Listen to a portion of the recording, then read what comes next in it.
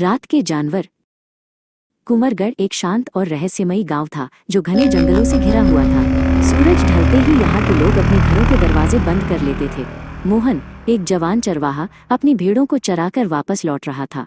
उसके साथ उसका वफादार कुत्ता शेरू हमेशा की तरह उसके पीछे पीछे चल रहा था। जैसे जैसे अंधेरा बढ़ा, जंगल से अजीबोगरीब आवाजें आने लगीं। ये न तो हवा की सरसराहट थी और न ही किसी पक्षी की चहचहाहट। ये एक धीमी फुसफुसाहट थी, जैसे कोई पेड़ के पीछे खड़ा होकर मोहन का नाम पुकार रहा हो। मोहन ने अपनी चाल तेज कर दी। शेरू अचानक रुक गया। उसके कान खड़े हो गए और उसने जंगल की काली गहराई की ओर देखकर गुर्राना शुरू कर दिया। उसकी पूंछ टांगों के बीच दबी हुई थी, जो इस बात का संकेत थी कि वो डरा हुआ है। झाड़ियों के बीच कुछ हलचल हुई।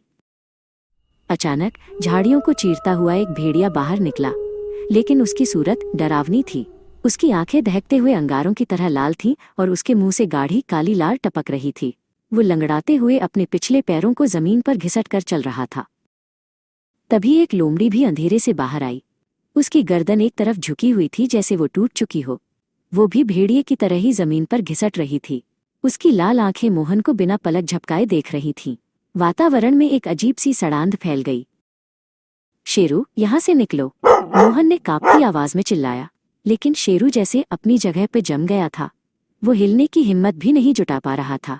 वे दोनों अब उन भयानक जानवरों के घेरे में फंसते जा रहे थे। एक जोरदार धमाके के साथ जमीन कांपने लगी। झाड़ियों को रौंदता हुआ एक विशाल काला सांड बाहर आया। वो इतना बड़ा था कि उसका साया मोहन पर भारी पड़ रहा था। उसकी नाक से गर्म भाप निकल रही थी और उसका मुंह भी उसी काली लार से सना हुआ था। सांड और भेड़िया धीरे धीरे मोहन के और करीब आ गए। उनकी चाल में एक अजीब सा खिंचाव था, जैसे वे कोई बोझ ढो रहे हों। वे जानवर कम और जिंदा लाशें ज्यादा लग रहे थे। जंगल की हवा एकदम ठंडी और भारी हो गई थी। अचानक सन्नाटा टूट गया। उन जानवरों के मुंह से जानवरों की आवाज नहीं, बल्कि इंसानी आवाज निकली। उन्होंने एक साथ फटी हुई आवाज में मोहन से कहा, अब बारी तुम्हारी है। मोहन के हाथ से उसकी लाठी छूट गई और उसकी चीख गले में ही दब गई। अगली सुबह कुंवरगढ़ के लोग मोहन की तलाश में जंगल पहुंचे।